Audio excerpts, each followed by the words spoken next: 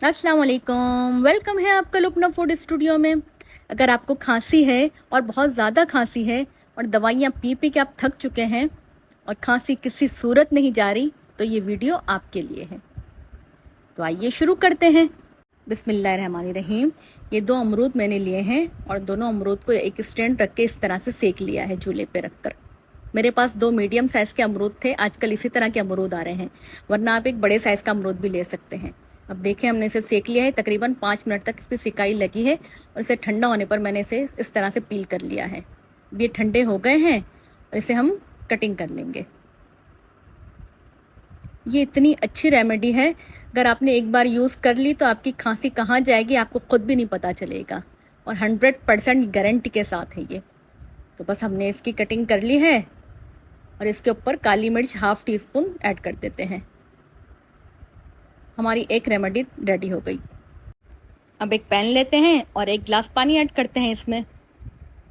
ये दोनों remedy combine करके ही आपने यूज़ करनी है, जब भी आपको फ़ायदा होगा।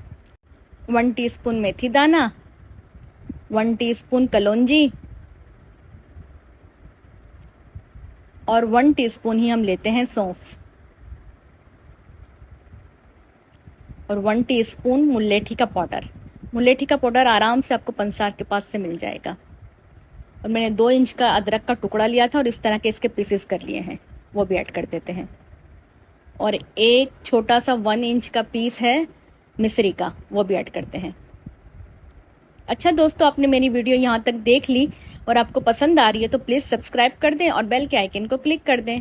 और 4 से 5 अदद मैंने लौंग ऐड किए हैं और इसे छोड़ देते हैं 15 मिनट के लिए, जब तक हमारा पानी हाफ़ नहीं हो जाता। अब पानी में अच्छा सा उबाल आ गया है, बस इसे हमने 15 मिनट से ज़्यादा नहीं पकाना।